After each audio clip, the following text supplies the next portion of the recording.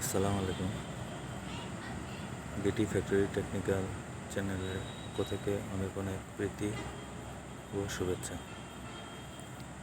বন্ধুরা, আজকের ভিডিওতে চায়না থেকে আসা মেশিনের পার্টস কীভাবে ফ্যাক্টরিতে আনলোড হয় সে বিষয়ে আলোচনা করা হবে।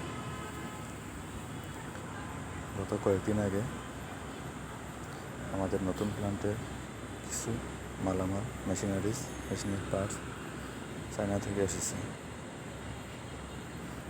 সেগুলি আমরা কীভাবে আনলোড করেছি সেটা এই ভিডিওতে বিস্তারিত তুলে ধরার চেষ্টা করব।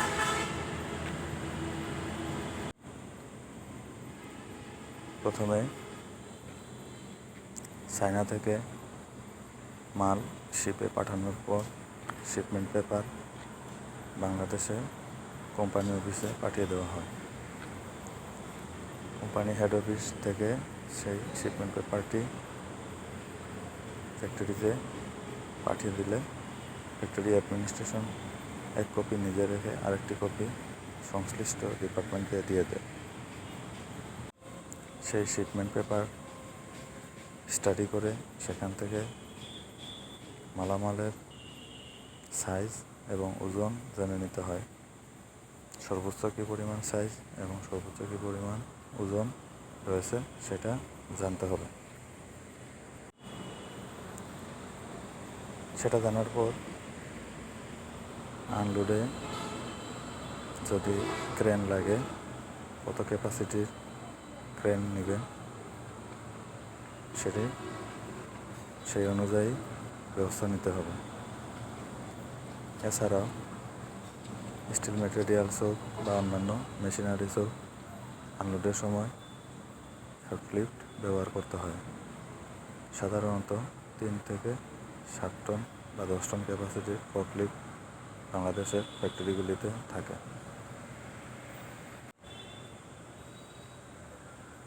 আরেকটি বিষয় হলো, ক্রেন ভাড়া করার সময় একটু বেশি ক্যাপাসিটির ক্রেন নেওয়া ভালো। এতে আনলোডের সময় একটু দূরে দূরে মাল প্লেস করা যায়। যদি কম ক্যাপাসিটির ক্রেন নেন তাহলে ক্রেনের রেডিয়াস কম থাকবে এবং বেশি দূরে মালামাল রাখতে পারবে না। আর বেশি ক্যাপাসিটির ক্রেন নিলে মালামাল দূরে প্লেস করতে পারবেন বলে আনলোডের সময় আপনি বাড়তি সুবিধা পাবেন। এভাবে ফ্যাক্টরিতে মাল আনলোডের সময় কিছু পয়েন্ট আপনাকে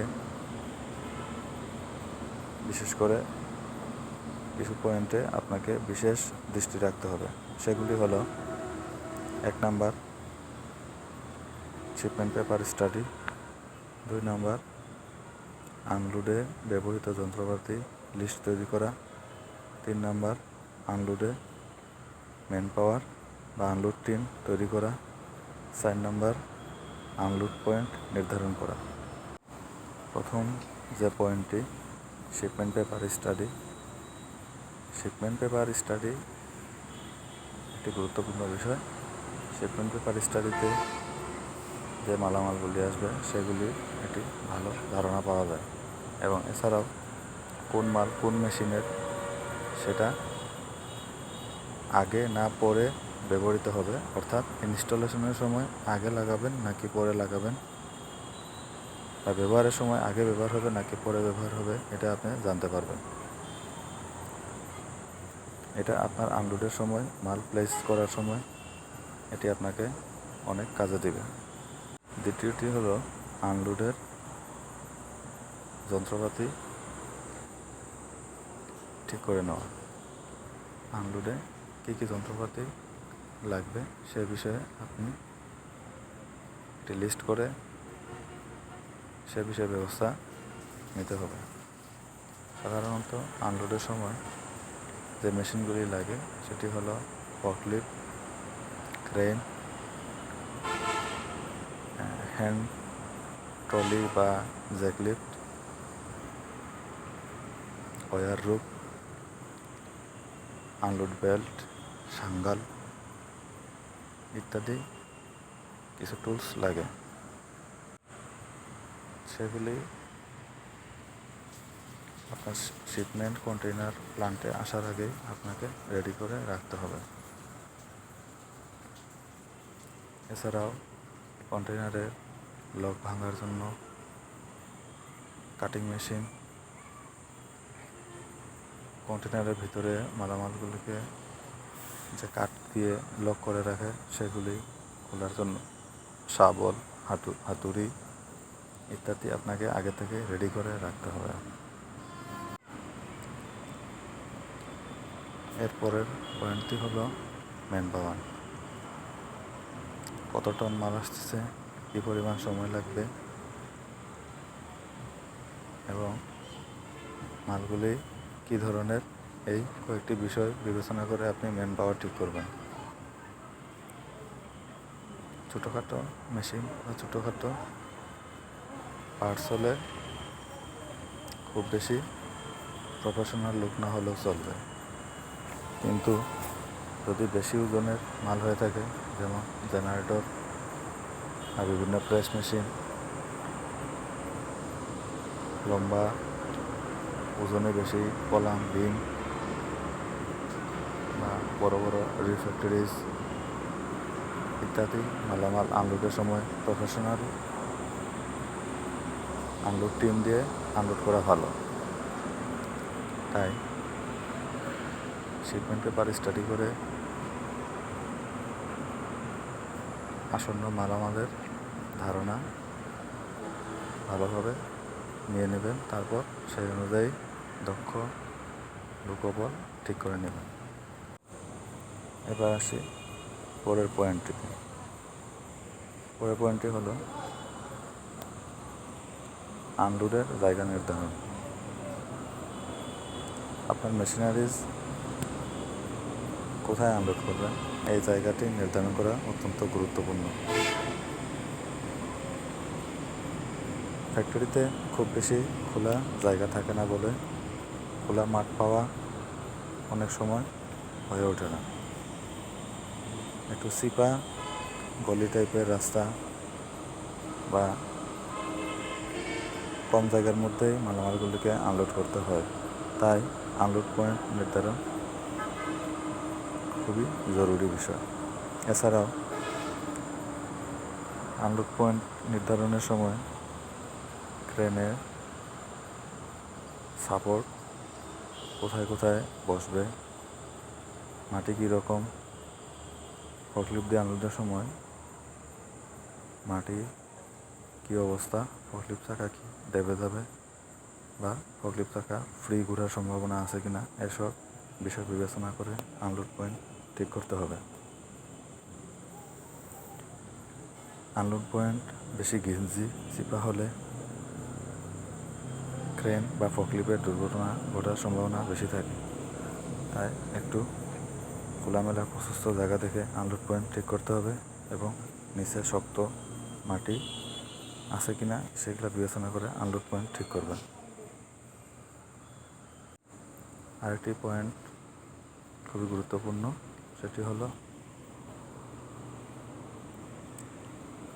সেফটি। মালামাল আনলোডের সময় অনেক হই হুল্লোড় এবং চিৎকার চেঁচামেচি হয়, অনেকের সেফটির ব্যাপারে খেয়াল থাকে না, তাই যখন আনলোড হয় তখন এই সেফটির ব্যাপারে আনলোড লিডার বা ইঞ্জিনিয়ার যিনি থাকেন তার সতর্ক দৃষ্টি থাকতে হবে। সবাই যখন আনলোডে ব্যস্ত হবে তখন যিনি আনলোডের নেতৃত্ব দিবেন বা যিনি ইঞ্জিনিয়ার আনলোড পর্যবেক্ষণ করতেছেন তাকে সেফটির ব্যাপারে নজরদারি রাখতে হবে। মাথায় হেলমেট, হাতে হাত মোজা, পায়ে জুতা এগুলো নিশ্চিত করতে হবে।